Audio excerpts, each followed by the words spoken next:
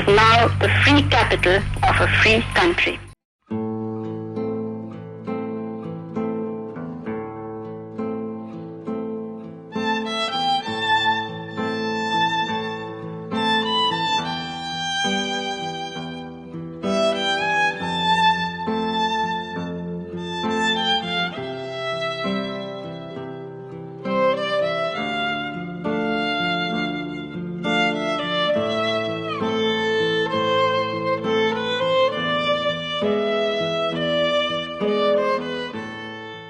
Language as launchpad of liberation. Emergence of Bangladesh. 70 years ago today, 4 students at Dhaka University were gunned down by police. They had committed no crime. All they were demanding was that Bengali be an official language of Pakistan. So, did the movement of an independent East Pakistan or Bangladesh begin on this day 70 years ago? In other words, was the genesis of freedom on the 16th of December 1971 actually the 21st of February 1952? Professor Rehman Sobhan, in particular, will, I hope, address this question. The other aspects we will attempt to cover are India's role in Bangladesh becoming independent, the role of the wider international community, was Pakistani military policy towards East Pakistan the cause of Pakistan's breakup. We will have 5 speakers from 5 different countries. The other speakers will be Ambassador Chandrashekhar Dasgupta of India, Ambassador Gleb Ivashentsov of Russia, Dr. Ayesha Siddiqa, who's right here with me, of Pakistan, and Mark Tully of Britain, formerly the Chief of Bureau South Asia for the BBC, still a BBC reporter and broadcaster. But before we come to the speakers, I have great pleasure in inviting Her Excellency Saida Muna Tasneem, High Commissioner for Bangladesh in Britain, to inaugurate the seminar. 21st of February, which is we call in Bengali Amor Ekushe and Bhasha Shohid Dibosh. At the outset, I would like to, after thanking you, pay my profound homage to the valiant language martyrs of 1952, who shed blood and made the supreme sacrifice on 21 February 1952. In particular, Salam, Borkot, Jabbar, Rafiq, Shafiur, and many other language activists and Bhasha Shoiniks, who we call the foot soldiers of language movement, and definitely including the father of the nation of Bangladesh, Bangabandhu Sheikh Mujibur Rahman, a frontline language activist of 1952 language movement. I pay my deep homage to all of them. At the same time, I pay my homage to all language activists from 1952 who are, in fact, none of them are alive today, if I'm not incorrect. Most of them have passed away. I pay my tribute to them and respect to them and everybody around the world who had fought for their language, an integral part of a person's identity. I would salute all of them today. Having said that, I also want to pay my homage to our freedom fighters of 1971 war, since it's a topic today, and more than 200,000 women who were sexually violated during our war of liberation. I pay my homage to them, without whom there would be no liberation of Bangladesh.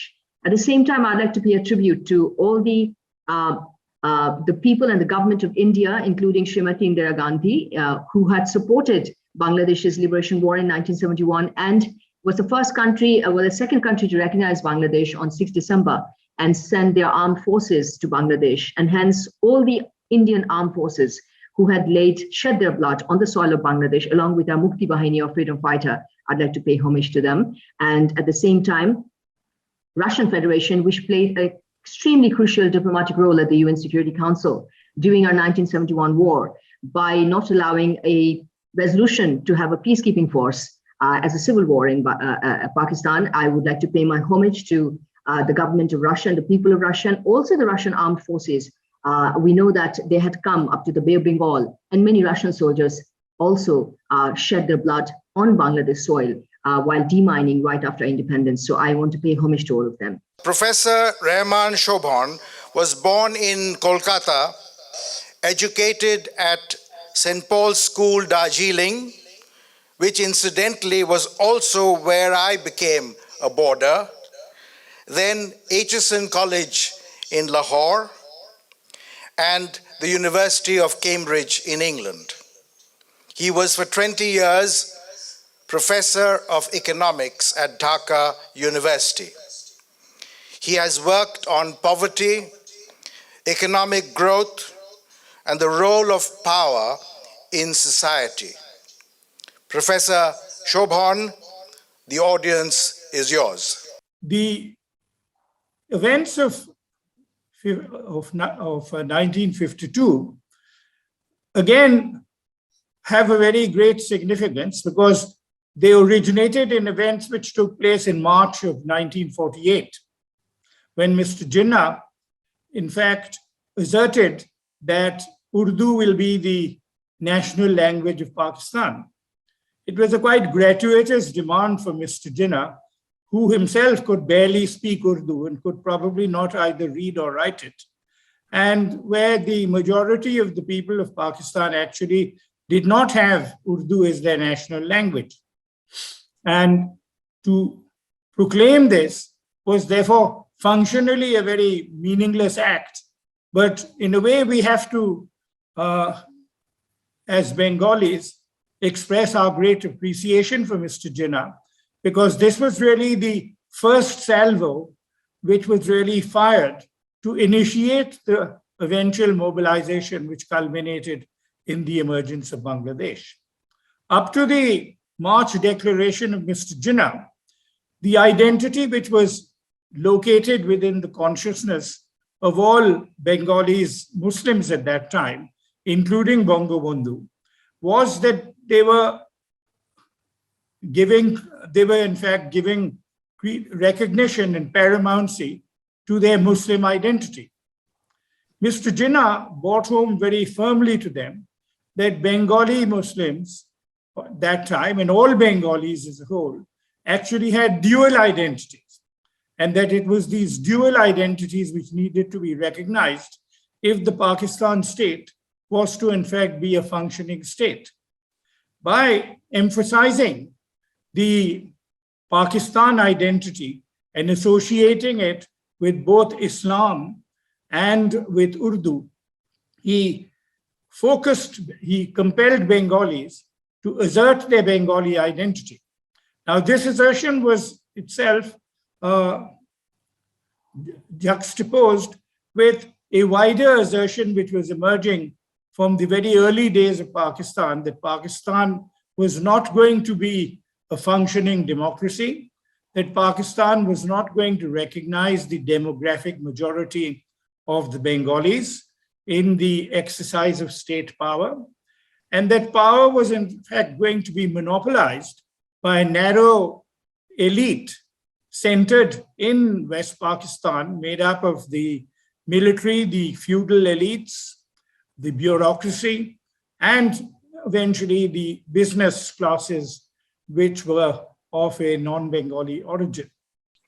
Ambassador Chandrashekhar Dasgupta was born in Kolkata as well. He joined the Indian Foreign Service in 1962 and retired in the year 2000. In his distinguished career, he served as High Commissioner to Singapore and Tanzania, and Ambassador to China and the European Union. He was also posted as a diplomat in Bangladesh. He's the author of a much talked about, recently published book, India and the Bangladesh Liberation War, the definitive story. Ambassador, over to you. On the 3rd December, Pakistan launched an attack on several Indian airfields in the western sector, thus starting a war for which India had been preparing since April. As Indian and Bangladeshi forces made rapid progress in the Eastern Theater, the Nixon administration, as had been anticipated by Indian planners, tried to impose a ceasefire through a UN resolution, but was thwarted by a Soviet veto. The White House then tried to, quote unquote, scare off the Indians, to use Nixon's words, by sending the nuclear-powered aircraft carrier, the Enterprise, into the Indian Ocean. But Indira Gandhi could not be intimidated. On the 16th December, a historic victory was achieved when the Pakistan Eastern Command surrendered to the India-Bangladesh Joint Command. After Sheikh Mujib's release from his prison in Pakistan, Mrs. Gandhi took up with him the question which Dhar had first posed to the Bangladesh government in exile. How soon could the Indian troops return home? It was initially agreed to complete the withdrawal by 25th March, but later the date was brought forward to 15th March at Mrs. Gandhi's request because she wanted the withdrawal to be completed before her visit to Bangladesh commencing March 17th.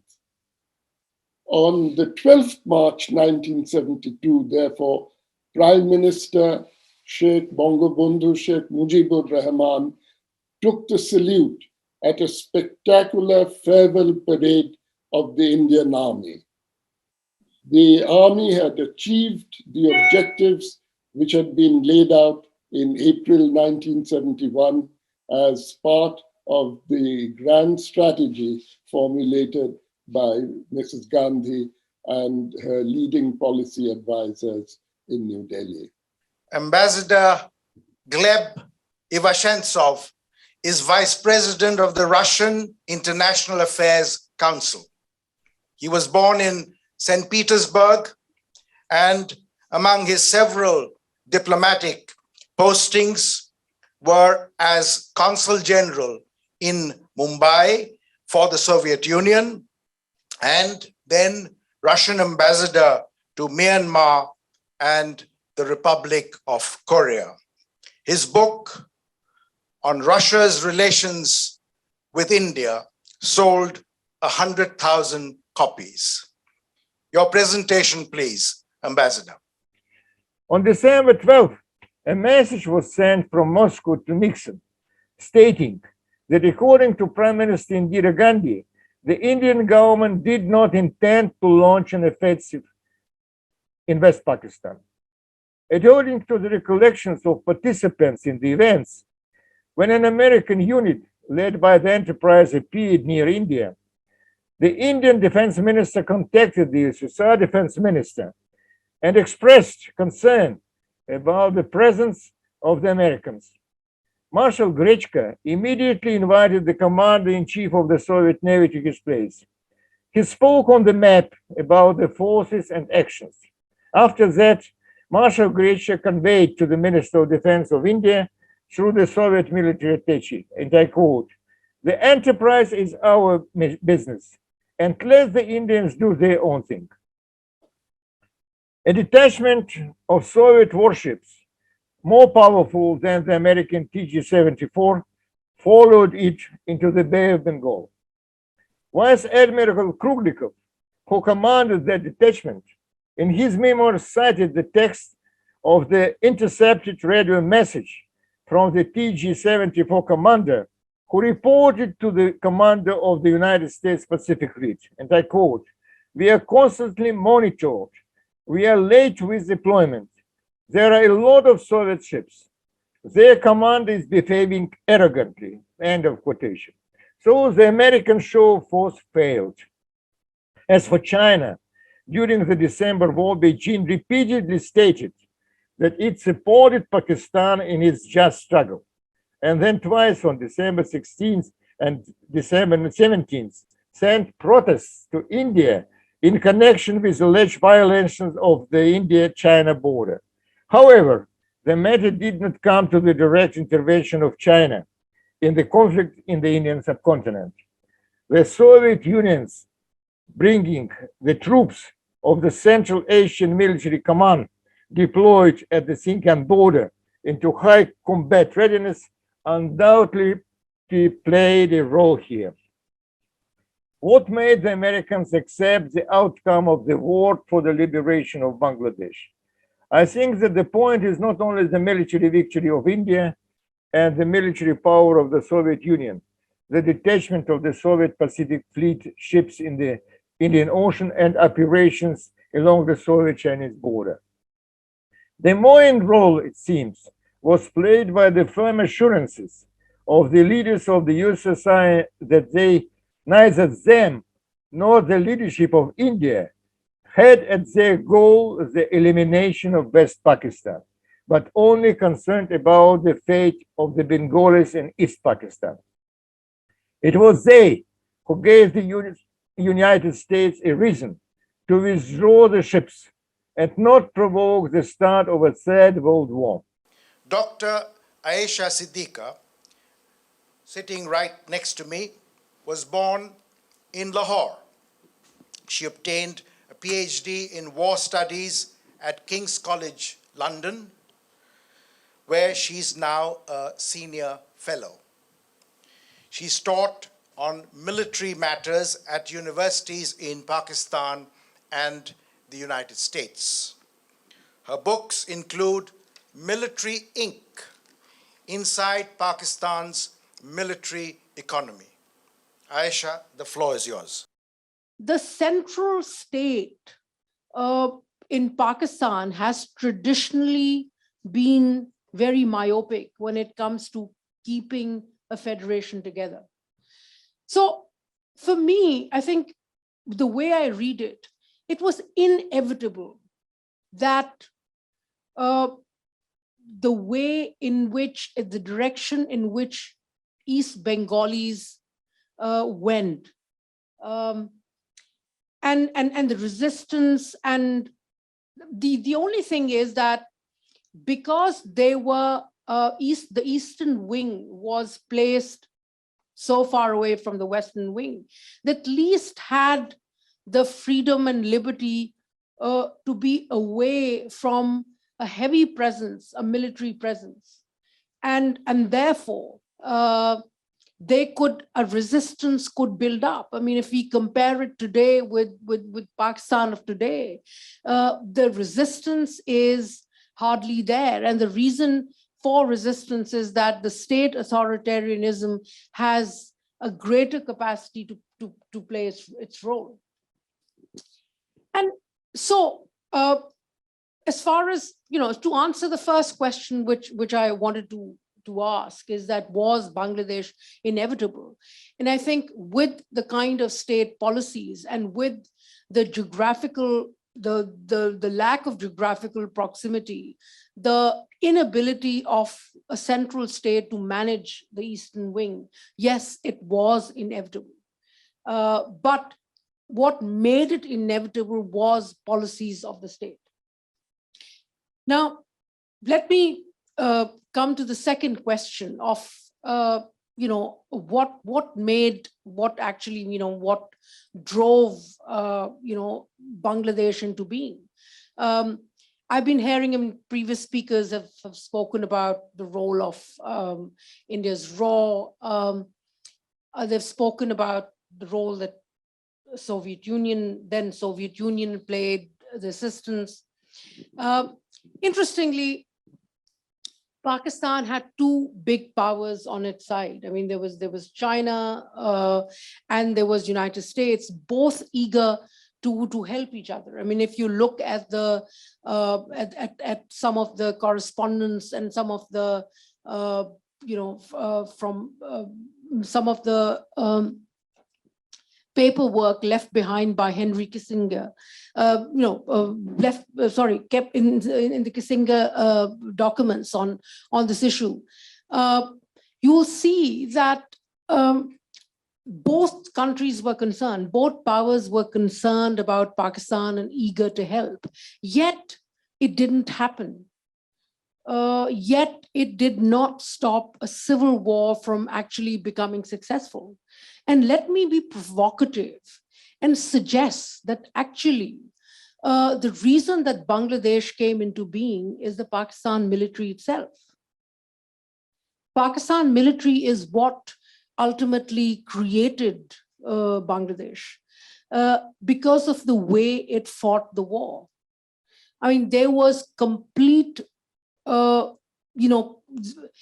was almost a breakdown of command at the top.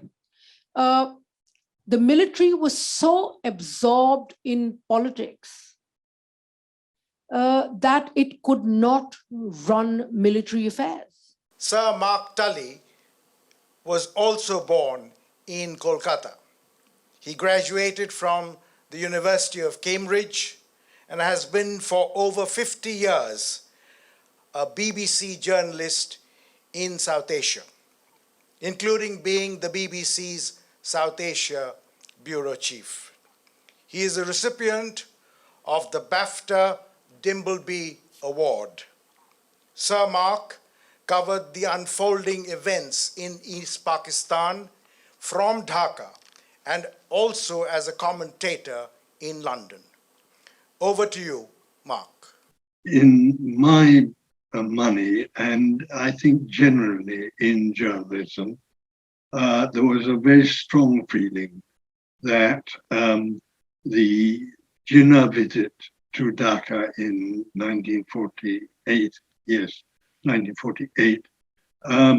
was the beginning of the independence of Bangladesh. And that Bengali was absolutely crucial in this.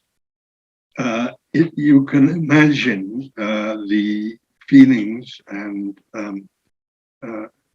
of the Bengalis when the president comes from the West and he blithely tells people that you can speak Bengali if you like, but the language of this country is definitely Urdu.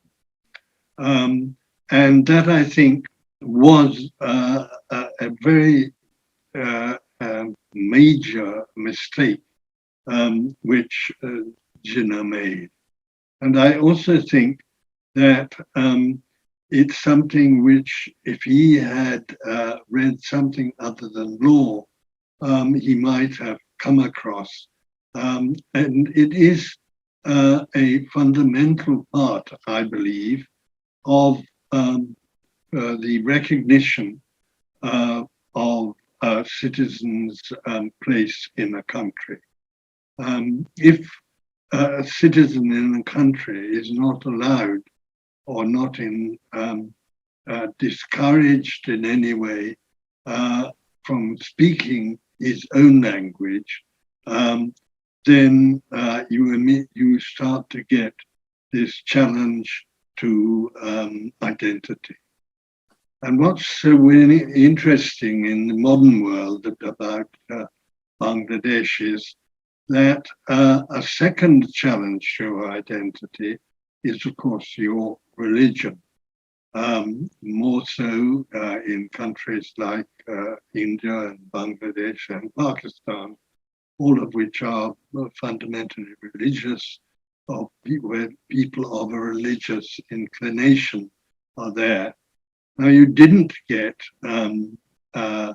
religion, though, in the falling out of Bangladesh and Pakistan. Religion was not a part of it. And at the same time, the third element, ethnicity, was a part of it. And I believe that if you took the language out of the equation between India, between the two halves of Pakistan, still ethnicity would have mattered. I noticed that Ambassador Pinak Chakravarti is with us. He was a High Commissioner for India in Bangladesh. Pinak, if you can hear me, I would like you to sum up your views. You've heard many opinions today, and having heard those, would you like to make a comment on what you feel? No, I don't know whether how to relate this to the Bangladesh context, but I do agree with a lot of the speakers who said, and particularly my very respected and senior colleague Ambassador Dasgupta, that the language was a trigger.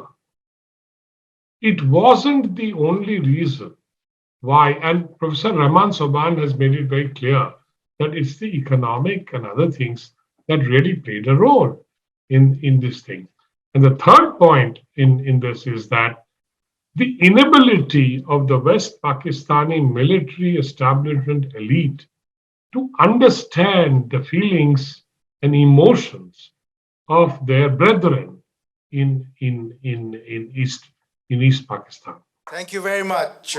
So over to you, Manish, for a final word. Thank you so much, Ashish. I think this was a masterclass in history, and anyone like me who was born after 1971 gets, in a way, the movement and what led to the creation of Bangladesh. I do recall that in my own city back in India, there was a huge camp. It was a camp where a lot of Bangladeshi refugees were settled in by the Indira Gandhi government. And in due course of time, there were always stories around that.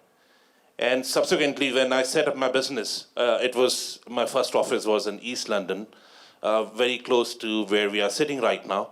And I always had very pleasant interactions with the Bengali community, the Bangladeshi community here. And my learnings were that although back in India as well as here, when migration happens, it brings a lot of dynamism, like we've seen how East London has changed and how the Bengali community in the UK brought so many Indian restaurants and practically changed the cuisine of this country. So that's the side effect. But my final words would be what Professor Ayesha said, that lessons from history have to be learned. What did not happen 50 years back when Bangladesh got created, not giving due rights to people, and hyper-nationalism is not the answer. I think there's a new way of hyper-nationalism across the world, not just in the subcontinent. And I think if we don't learn from our mistakes, history is going to repeat itself. Hyper-nationalism definitely is not the way forward. And I think if there is a closing word, that would it be.